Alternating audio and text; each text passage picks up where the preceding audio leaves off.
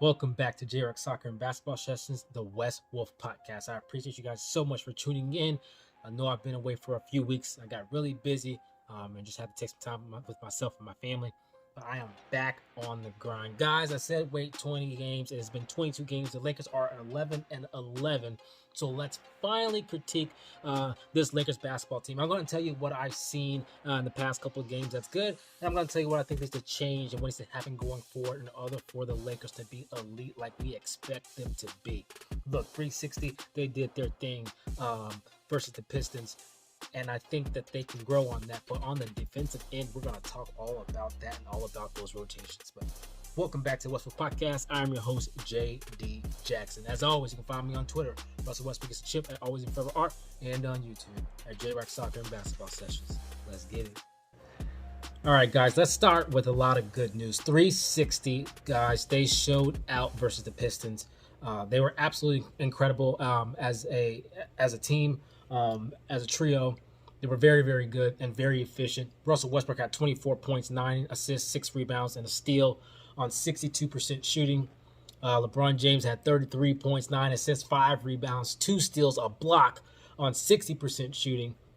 And then Anthony Davis himself, 24 and 10, 2 assists, 3 blocks, 2 steals with 66% shooting. Guys, combined 360, combined 82 points, 20 assists, 21 rebounds, 5 steals, 4 blocks, 62% from the field, 69% true shooting. Guys, they were absolutely incredible. It just pains me to think that they had to come within 4 of winning this basketball game because those three were absolutely amazing. Now, the bench only scored 19 points. That is a problem. Monk, he continues with some of his inconsistencies, man. And when he's on, he can fill it up. Melo had an off night himself. But 360, guys, they were very, very good. You can sit there and you can try to say 360 doesn't work because they only beat the Pistons by 4. I think that's false. I think that the bench only scored 19 points. I think they have a problem with playing defense for long stretches of time. And I don't think the rotations are good at all. That's what I would point to.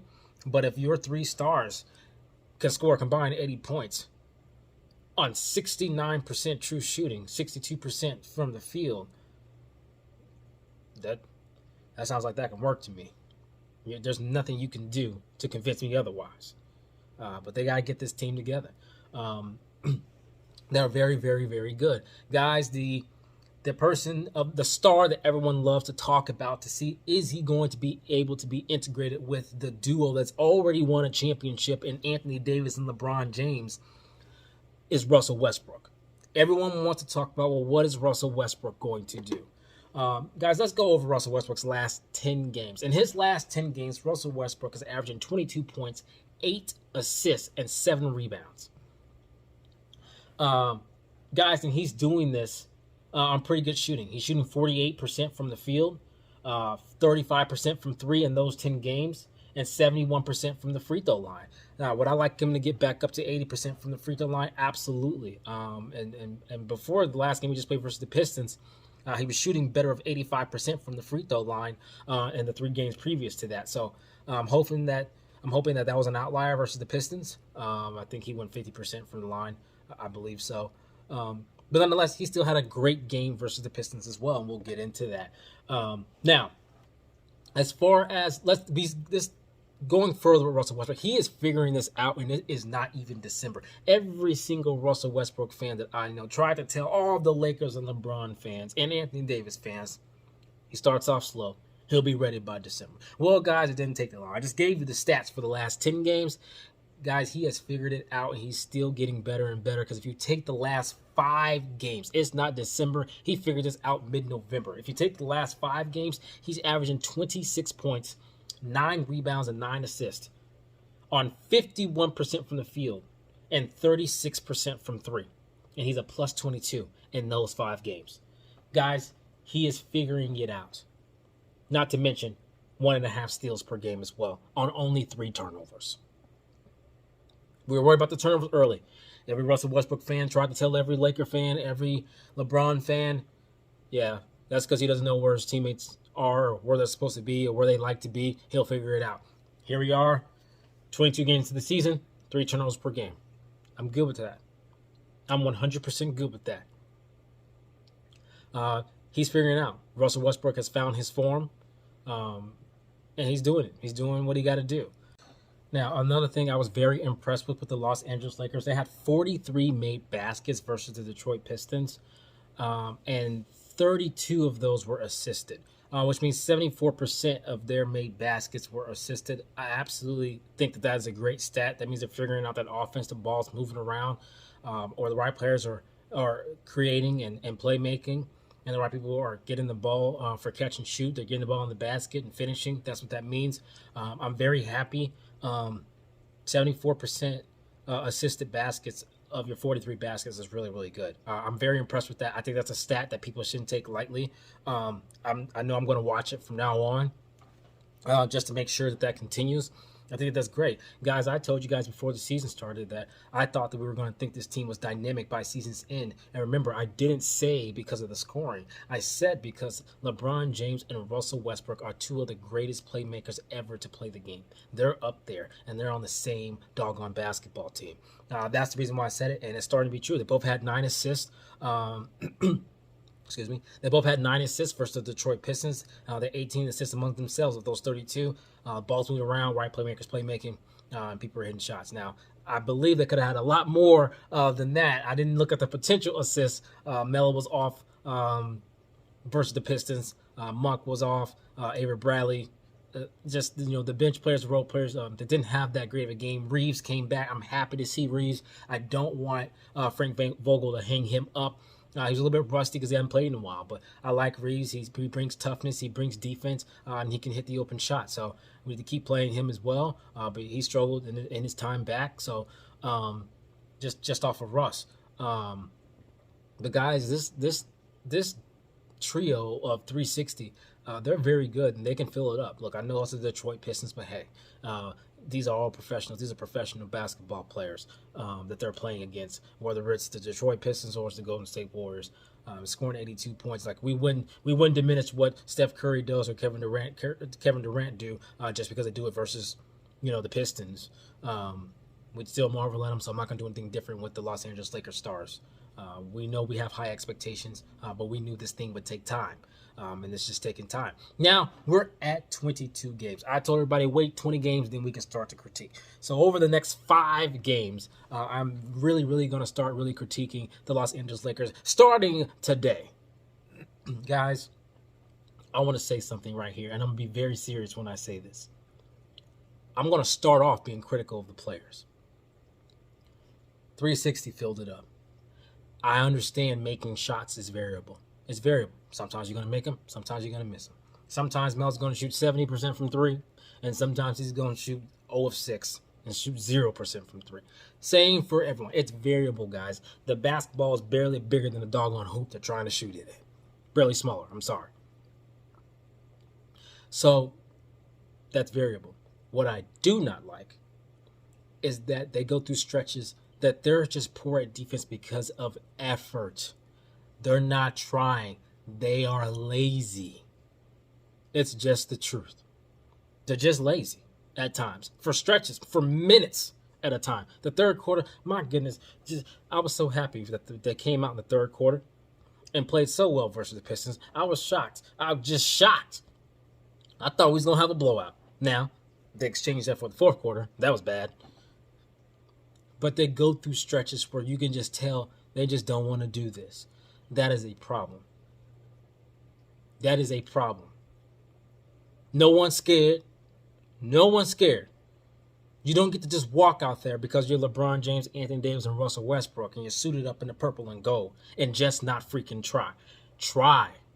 Put in the effort. That's everybody. From 1 to 10. I think he's playing 10 right now. Everyone. Everyone. To Russell Westbrook, to Anthony Davis, to LeBron James, to Monk, to Carmelo Anthony, everyone. They go through stretches where they just don't want to do this. Now, one thing I will say about Avery Bradley is I don't think Avery Bradley's been good as of late at all, but he tried. but he tries. Reeves, he hasn't played. I know he tries. Everybody, 1 through 12, needs to put in the effort on that end. If you want to rest, go park in a corner and rest on offense, but not on defense. I just want to point that out. Before I get into anything else, these players got to do their job. Their job is to put in the effort and get it done on both ends of the basketball court, not just on one. No pouting because you can't hit your threes because you missed 13 threes in the game. No pouting because you're not going to get your foul calls. None of that. Put in the effort on both ends of the basketball court. Too many times I can see that is the issue. And it's everyone. It's everyone. I'm not absolving not one star from that. As hard as look, Russell Westbrook, I'm a fan of Russell Westbrook. Y'all know that. That man tries so hard all the time. That's what makes people love him, the player. The extra rebounds at the end of the games. The extra efforts. The steals at the end of the game when he just knows they need it. The getting on the ground for loose balls. Russell Westbrook does that. But that don't mean I haven't caught Russell Westbrook with his hands on his knees because he's been in there for 7 to 8 straight minutes and then he get beat backdoor. It happens. Every Russ fan would tell you he got a problem off the ball. He falls asleep, gets arrested, and next you know someone leaked behind him. It happens. That's effort and concentration, a lack thereof. Not just him. Everyone. LeBron James get beat backdoor too. Monk get beat backdoor more than I don't know how it happens to him so much. Anthony Davis, he get lazy too. The great thing about Anthony Davis is that he can recover and you forget about all the mistakes he made because he blocked 2 3-point shots at the end of a game. And then you're just like, dang, I wish he was doing that every play. Because he's that great on the defensive end when he puts in the effort. They go through times when they just don't want to do this, and that is not acceptable. That's not acceptable to fans. That shouldn't be acceptable to Vogel. Now, speaking of Vogel, now let's get on his ass. Next segment, we talked about the players. Vogel, what in the hell is you doing? Why? Why is DJ starting? Let's play devil's advocate. I just want to start big and start DJ because Dwight Howard, he's not going to go out there like Dwight Howard and get 4 fouls in 2 minutes. Okay. I hate that discussion. I hate that argument. So what is it? Because Anthony Davis doesn't want to play the 5? Now, I don't know how true that is. I just know that I see it a lot. If that's the case, so what? Are y'all trying to win a championship or not? Is Anthony Davis trying to win a championship or not? Play the 5. LeBron play the 4. Let's move. Now, I know it's going to be easier to do that when Ariza returns. His frame at 6'8", 6'9" allows for you to do that. Then you can start Russell Westbrook at the point guard. You can start whoever you want at the 2. In my opinion, it should not be Avery Bradley. That's just my opinion. Start Monk, Ellington, Nunn. I don't care who Nunn's probably back at point guard. Start one of them. I actually think Ellington does a great job of chasing people around screens. I know he's not a defensive stopper, but I actually think he does pretty well with that. Start Russell Westbrook, Ellington, Ariza, Anthony Davis, and LeBron James, with AD playing the 5. Now, you don't have Ariza yet. I get it. Figure it out. You play DJ in the first quarter, and you play him in the third quarter, then you basically don't play him anything after that. Because doggone well, that lineup, him with Avery Bradley, it's just messing up the offense. It just is. And I guess Avery Bradley, he puts in the effort. But Avery Bradley is not the defender he used to be either. I don't care if you start Reeves. I just get some spacing out there, get some defense out there without messing up your entire offense. Guys, they were I think they were like a -7 with DeAndre Jordan on and a +13 with them off. I just try anything but that. And I know it's hard without Ariza. But figure it out. You're killing your offense And to me, defense. Now, what DeAndre Jordan is going to do is he's going to get out there. He's going to get like 5 rebounds in a little bit of minutes he plays in the first quarter and the third quarter. Because Vogel don't play him anything after that, for the most part. How is he good? This makes sense. How is he good enough to start, but not good enough to end games, and not good enough to play anything in the middle? Just the beginnings. That's it. Just the start of the first and the start of the third. But he's not good enough to play anything else, but he's good enough to start. Make it make sense. He's not good defensively. He may get a block here now and then. He's going to get some rebounds, but he's getting beat on defense. He's been lazy on defense as well. And he gives you very little on. He's just messing up the spacing. I mean, think about this. In my opinion, I know definitely Russell Westbrook because, you know, I'm watching that closely. But I was surmised it's the same thing as well with LeBron James. They get the majority of their turnovers at the start of the first and the start of the third quarter. You wonder why? Space with Avery Bradley and DJ in the game. Think about it. Go back and watch it. Most of the turnovers are in like the first couple of minutes of the first and third with DJ out there, and then they both pretty much take care of the ball after that. Why? Why must you insist on playing Avery Bradley and DJ at the same time? Well, for the life of me, I don't understand that. Rotations matter. Yes, the players got some effort issues. We spoke about that. But the rotations matter. They matter. I don't know what he can do about it right now, but I don't like Melo and Monk on the floor together. They're hunting both of them. The offense of the opposing team, they see Monk and Melo and they just salivate. Their eyes light up. They keep straight to him. Now, before people think I'm hating, Melo has bailed this team out many times this season because he is just on fire. So let me put that out there. But he's not a good defender. I'm not saying he's the worst defender ever, but he's not good. They're hunting those switches for Melo on purpose. That's not an accident. Go back and watch all of the games. And I like Melo catch and shoot. I do not like Melo ISO. Not at this point in his career. Yes, I know. Every now and then he can get away with it if he gets caught on the guard that's much smaller than him. But for the most part, I do not like Melo isolations. Melo catch and shoot, chef kiss, golden. Melo and Monk together, I don't like it. DJ and Bradley together, I just do not like it. DJ, Bradley, and Russ together, I absolutely hate it. No. Now, I will give Vogel credit. It does seem as though he's trying to stagger LeBron and Russell Westbrook as much as he can, and that has bode well. It's allowed for them both to run the show throughout periods of the game, as well as it seems like it's kind of helped them kind of work together more when they're both on the floor. We'll see that going forward and see if that continues. But I do like that he's kind of staggering them a lot, which is what should have been done at the beginning. But I guess injuries, I don't know what Vogel's doing sometimes. I don't know what his excuses are. But it does kind of seem like he's trying to do that now. And I have to give him credit for making that switch. Definitely. So the lineups matter. The rotations matter. In my opinion, DJ, he just shouldn't play. I know you don't really want to try Dwight Howard because of his foul issues. Start AD at the 5 and just do something with the spacing. Starting DJ and AB in that starting line with Russ and LeBron just doesn't really make any sense in my personal opinion.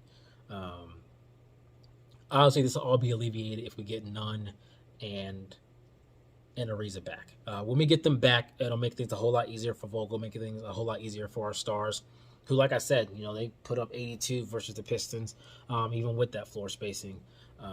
Guys just miss shots. That happens. It's variable. The effort on defense has got to be there. Another thing, my gosh, how is your point guard averaging 9 rebounds a game in the last 10 games? Last 5, and what was it, 8.5 in the last 10? And you guys just constantly get out-rebounded. I think they got out-rebounded by 10 versus the Pistons. I mean, my gosh, Just Grant is 6'9", Stewart is 6'10". What? LeBron, AD, DJ. What's the problem? What's the problem with the rebounding? I don't know. That is an issue. If you're going to be an elite team and you have championship aspirations and you think that you have a potential of being special, Anthony Davis said that he thinks his team has time to go on a 10-game winning streak. I believe him. However, if you're not going to try on defense and you're not going to rebound and you're not going to make your free throws, someone explain to me how you're going to go on a 10-game winning streak. Right. These are professionals. You got 10 games of professionals. The other teams are professional. You can't do those three things and just think that you're just going to go on a 10-game winning streak because you're purple and gold. It's not how it works. I want to see the effort. We see it in flashes. I want to see it put in over an entire game. I absolutely love the posts. I don't like it rooted in negativity, but I actually love the posts from Lakers fans that pretty much show, like, man, the defense in 2020, 2019, it was so good for the Lakers. Just look at it. I enjoy watching those clips because I want this team to be like that. Put in the effort. Are you going to be number one? Probably not. You don't have Alex Caruso and KCP. I get it. But this is bad. You go through stretches where you're just not even trying. Most of them are too good of athletes to at least not try. If they just try, they'll make a difference because they're that great. They're that good athletically. Just try. This is all you got to do is put in the effort. And you will be better than the defense that we see out there for long stretches at a time. Now we're critiquing rotations, effort. Now we're critiquing the Los Angeles Lakers 22 games in. And I don't give a dang how happy I am about the big three. 360 scoring 82 points and 20-plus assists and 20-plus rebounds. If we don't put any effort on defense consistently, we don't continue to move the ball like we did versus the Pistons, we need our bench to produce.